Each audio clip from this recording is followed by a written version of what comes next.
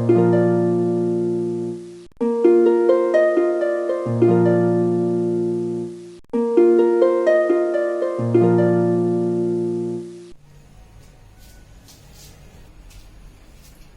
बच्चों, Zenith mathematics classes Hemna road Begusarai में आपका स्वागत है।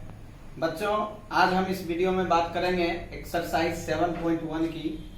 एनसीईआरटी का जो अपना बुक है सेकेंड पार्ट आज से हम शुरू करेंगे। देखेंगे पहला क्वेश्चन क्या है।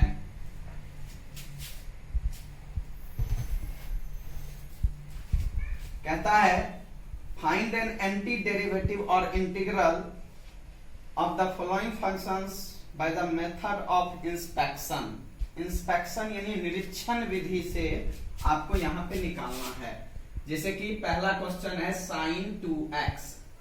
sin 2x है, इसको आपको क्या करना है, मेथड ऑफ इंस्पेक्शन से यहाँ पे सॉल्व करना है। मीन्स प्रीमिटिव जो हम निकालते थे या एंटी डेरिवेटिव उसके अकॉर्डिंग करना है। तो यहाँ पे आप सोचिए, लिखेंगे since d over dx minus cos 2x by 2 equals to, आपको पता है ये तो -1/2 बाहर जाएगा। cos 2x का डिफरेंशिएशन क्या होता है, तो -2 sin 2x हो जाएगा। तो 2 कैंसिल, माइनस माइनस प्लस हो जाएगा। तो मेरे पास आएगा sin 2x।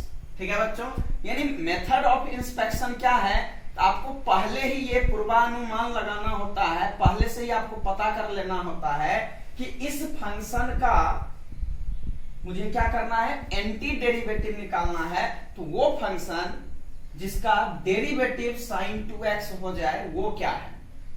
तो पहले ही हमको ये थोड़ा सा करना पड़ता है। तो आपको पता है sin 2x का अगर हम डिफरेंशिएट करते तो 2 cos 2x मिलता।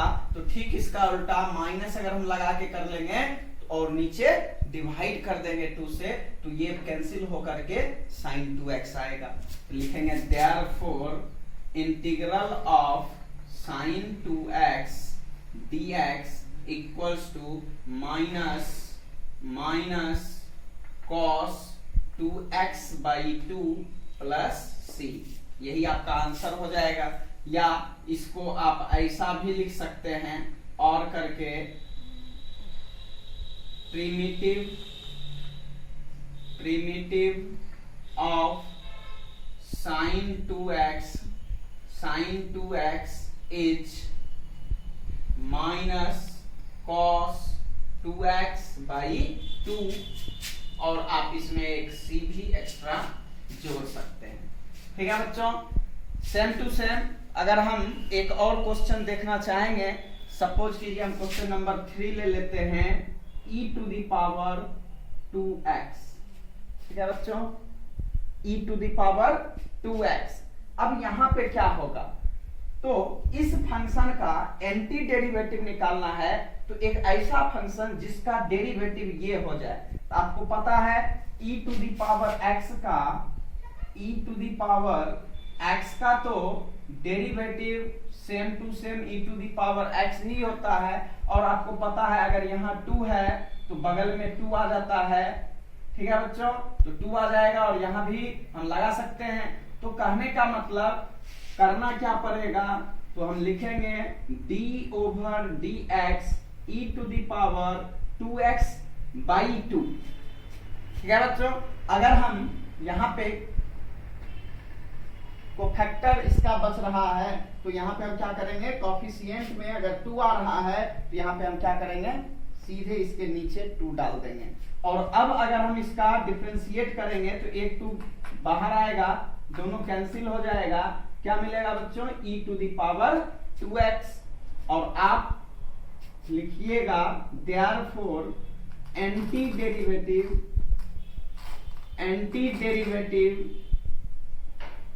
Derivative of e to the power 2x equals to e to the power 2x by 2 plus c।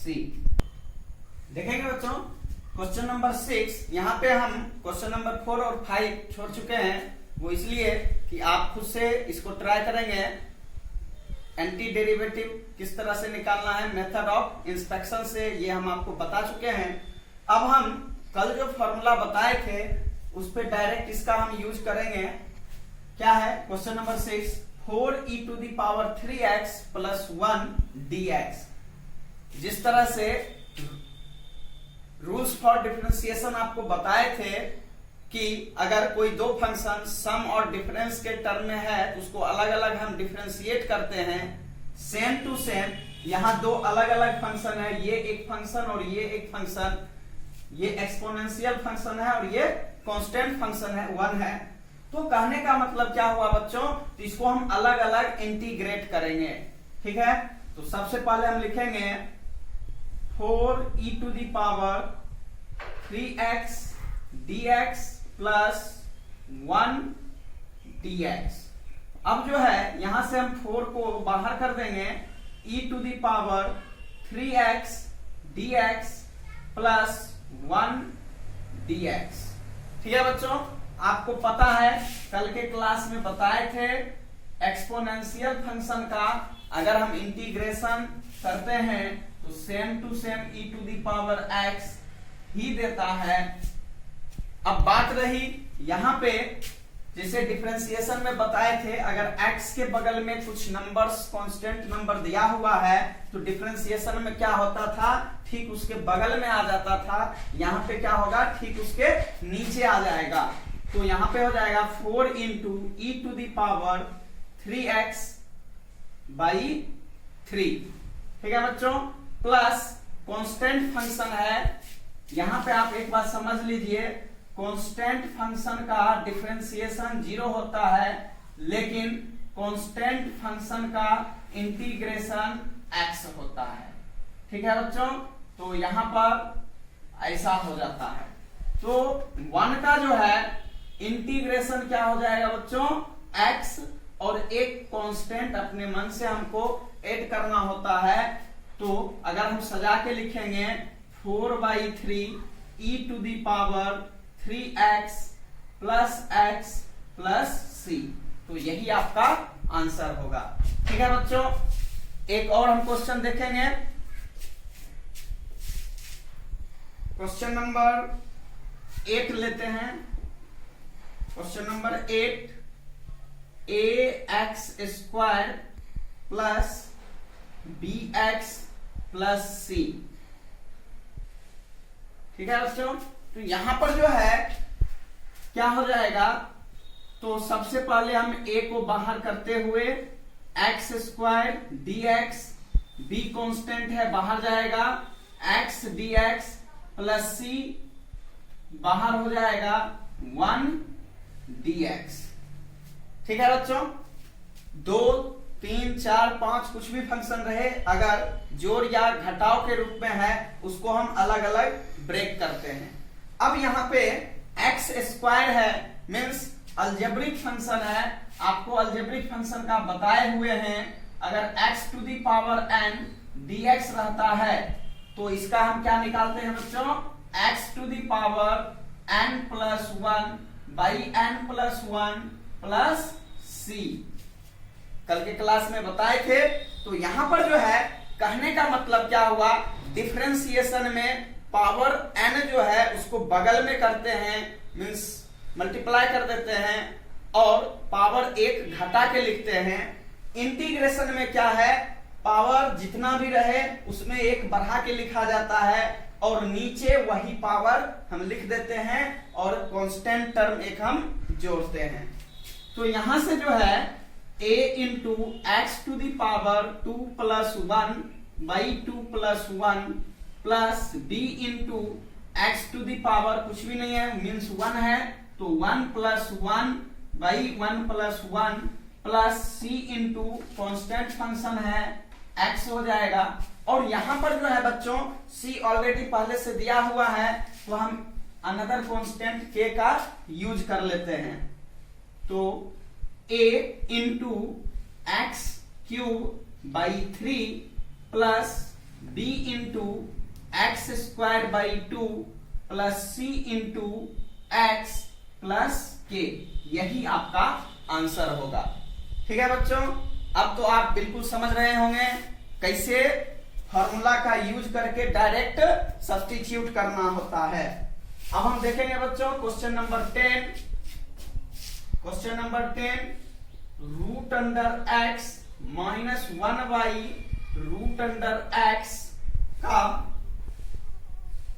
Whole square into dx। यहां पर क्या है, हम एक बार इसको सिंप्लीफाई कर सकते हैं। a माइनस बी के होल स्क्वायर पे अगर आप बेस कर देंगे a स्क्वायर रूट एक्स का स्क्वायर करेंगे तो x मिलेगा बच्चों, माइनस है फिर भी प्लस बी स्क्वायर करना है तो 1 बाई रूट एक्स का स्क्वायर करेंगे तो प्लस 1 बाई एक्स हो जाएगा, minus 2ab 2 root under x into 1 by root under x cancel होगा, 2 ही बचेगा तो अपने पास ये फंक्शन आएगा बच्चों। अब अगर हम अलग अलग कर लेंगे x dx plus 1 by x dx minus 2 बाहर हो जाएगा dx। पता है x का पावर 1 है, एक बढ़ा के लिखेंगे x square by 2, 1 by x का log x होता है बताए थे, और ये 2x प्लस c, तो यही आपका आंसर हुआ। ठीक है बच्चों, अब हम एक क्वेश्चन नंबर 12 देख लेते हैं। Question number 12, x cube plus 3x plus 4 by root x dx। ठीक है बच्चों, यहां पर जो है सबसे पहले हम क्या करेंगे, x cube by root x dx सबको अलग अलग ब्रेक कर देंगे। 3 कांस्टेंट है बाहर, x by root x dx plus 4 बाहर, 1 बाई रूट एक्स dx। अब आपको पता है रूट का मतलब क्या होता है, पावर 1 बाई 2। ऊपर में हम देख रहे हैं x का पावर 3 है, नीचे x का पावर 1 बाई 2 है। आपको पता है, इधर से हम मिटा देते हैं। आपको पता है बच्चों, अगर a to the power m by a to the power n रहता है तो a to the power m minus n होता है। ठीक है बच्चों, अगर a to the power m into a to the power n रहता है, हम लिखते हैं a to the power m plus n। ये बेसिक कंसेप्ट है जो आप क्लास 7-8 में पढ़े होंगे। तो यहां पर ब्रेक हो जाएगा तो सीधे माइनस अगर हम करेंगे तो x टू दी पावर 3 में से हाफ अगर हम माइनस करेंगे तो क्या बचेगा, 2.5 मतलब 5/2 प्लस 3 इंटू यहां पे x टू दी पावर 1 में से हाफ अगर हम माइनस करेंगे पावर हाफ बचेगा, plus 4 into x to the power यहां 1/2 है, ऊपर अगर जाएगा तो माइनस 1/2 dx। ठीक है बच्चों, अब जो है प्लस 1 कर देना होता है पावर, तो 5/2 plus 1 by 5/2 plus 1 plus 3 into x to the power 1/2 plus 1 by 1/2 plus 1 plus 4 into x to the power minus 1/2 plus 1 minus 1/2 plus 1 plus c। अब अगर हम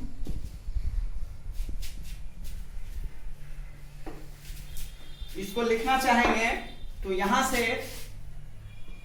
मिलेगा x to the power 7/2 y 7/2 plus 3 into x to the power, ये अगर add हो जाएगा 3/2 नीचे रहेगा 3/2 plus 4 into x to the power 1/2 नीचे 1/2 हो जाएगा प्लस c, तो ये उलट जाएगा 2/7 एक्स टू दी पावर 7/2, ये 3 से 3 कैंसिल हो जाएगा 2 into x to the power 3/2 plus ये 2 ऊपर चला जाएगा 8 into x to the power 1/2 को आप रूट एक्स लिख सकते हैं प्लस सी। ठीक है बच्चों, आप चाहे तो यहां भी आंसर छोड़ सकते हैं या सभी में से रूट एक्स को कॉमन लेकर के भी लिख सकते हैं। तो आप यहीं छोड़ दीजिए आंसर, या अगर लिखना है तो आप लिख सकते हैं रूट एक्स अगर हम कॉमन रख लेंगे 2/7, यहां पे 7/2 है, मीन्स अगर हाफ कॉमन रख लेते हैं एक्स क्यूब बचेगा,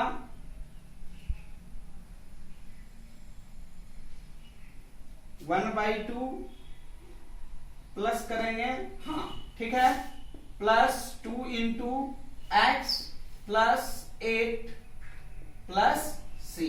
तो ऐसा भी आ सकता है। ठीक है बच्चों, pause the video and note it down. देखेंगे बच्चों question number 13, x cube minus x square plus x minus 1 by x minus 1। Differentiation में अगर u बाई v के फॉर्म में रहता था तो आपको पता है कैसे किया जाता है, लेकिन यहाँ पे अभी इस क्वेश्चन के लिए हम डायरेक्ट वैसा कुछ फॉर्मूला क्रिएट नहीं किए हैं। तो सबसे पहले हमको क्या करना पड़ेगा, इसको फैक्टराइज करना पड़ेगा।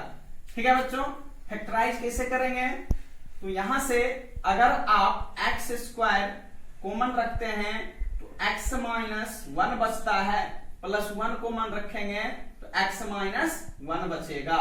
नीचे एक्स माइनस 1 दिया हुआ है, तो एक्स माइनस 1 अगर आप कॉमन रख लेते हैं तो एक्स स्क्वायर प्लस 1 और नीचे आ जाएगा एक्स माइनस 1 dx। ये दोनों कैंसिल हो जाएगा तो बचेगा एक्स स्क्वायर प्लस 1 dx। अब अलग अलग आप बेस कर दीजिए, एक्स स्क्वायर dx प्लस 1 है dx। तो यहां से आपको पता है x to the power n के फॉर्मूला पे बेस हो जाएगा। यहां पे 2 है तो 1 बढ़ा के लिख देंगे तो x क्यूब हो जाएगा, और यही 3 नीचे भी आ जाएगा प्लस x प्लस c। तो इस तरह से आपका सॉल्व होता है बच्चों। अब हम एक और क्वेश्चन देखेंगे, क्वेश्चन नंबर 16। अब आपका 14 और 15 सेम टू सेम उसी तरह से बेस हो जाएगा। क्वेश्चन नंबर 16 हम देख सकते हैं 2x minus 3 cos x plus e to the power x dx। सबसे पहले क्या करेंगे, इसको अलग अलग कर देते हैं तो 2 इंटू एक्स dx हो जाएगा, माइनस 3 को बाहर करेंगे cos x dx plus e to the power x dx। ठीक है बच्चों, यहां से 2 इंटू एक्स स्क्वायर बाई 2 हो जाएगा, पावर 1 है तो 1 बढ़ा के लिखते हैं, माइनस 3 cos का साइन होता है, फॉर्मूला में बताए थे cos x का sin x इंटीग्रेशन ये आ जाता है, और e to the power x का सेम टू सेम आता है।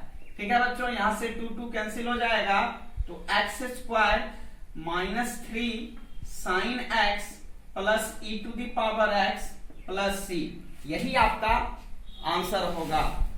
ठीक है बच्चों, एक हम देखेंगे question number 18, sec x into sec x plus 10x dx।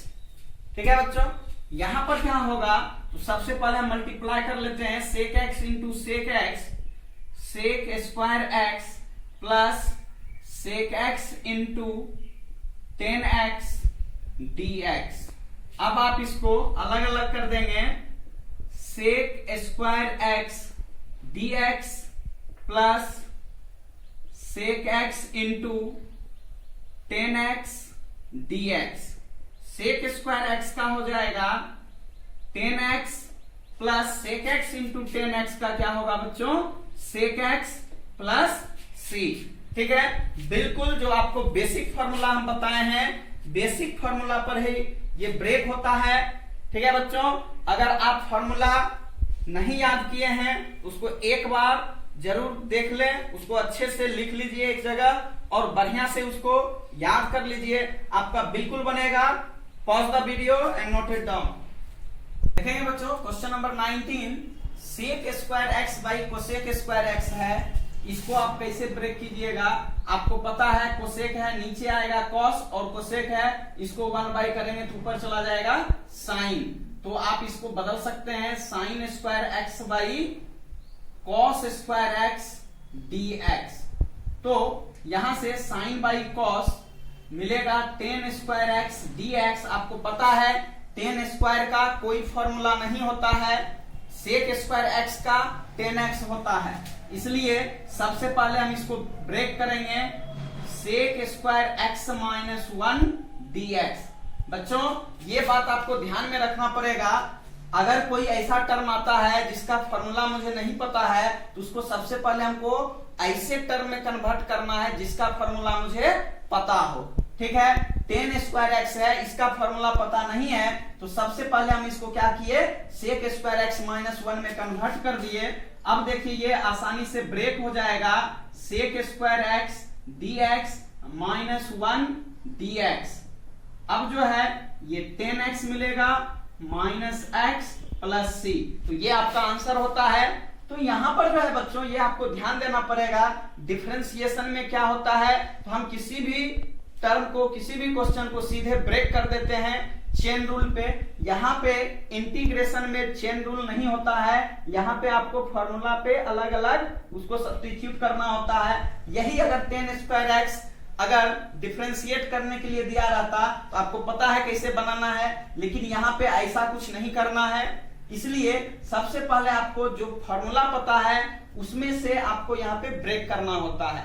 अगर आपको बच्चों रास्ता पता हो और कहां जाना है ये पहले से पता हो तो थोड़ा आसान हो जाता है, और आप बहुत अच्छे से जिस शहर में रहते हैं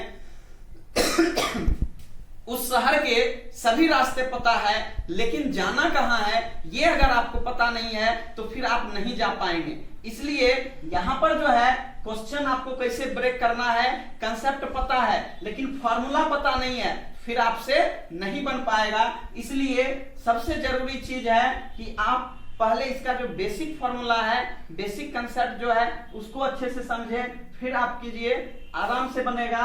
हम एक और अंतिम क्वेश्चन देखेंगे, क्वेश्चन नंबर 20। क्वेश्चन नंबर 20 क्या है, यहां से देखेंगे बच्चों 2 minus 3 sine x by cos square x dx। ठीक है बच्चों, यहां से अगर आप अलग अलग ब्रेक करते हैं 2 by cos square x minus 3 sine x by cos square x dx, तो ये मिलेगा 2 sec square x minus 3 sine by cos करेंगे तो 10x हो जाएगा और 1 बाई कॉस है तो सेक x हो जाएगा dx। अगर आप अलग अलग ब्रेक कर देंगे, 2 है कांस्टेंट टर्म बाहर कर दिए, sec square x dx minus 3 को बाहर कर देंगे और सजा के लिख सकते हैं sec x into 10x dx। तो यहां से 2 10x इसका 10 मिल जाएगा और माइनस 3, और आपको पता है सेक x इंटू 10x का इंटीग्रेशन क्या होता है सेक x प्लस सी, अपने मन से जोड़ देंगे। ठीक है बच्चों, मुझे लगता है आप लोग समझ चुके होंगे।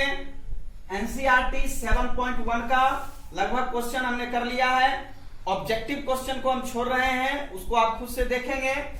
फिर मिलेंगे बच्चों एक नए वीडियो के साथ, तब तक आप इसको अच्छे से पढ़ लीजिए। अगर मेरा ये वीडियो पसंद आया हो लाइक सब्सक्राइब करने के साथ साथ शेयर भी जरूर करें। Thank you.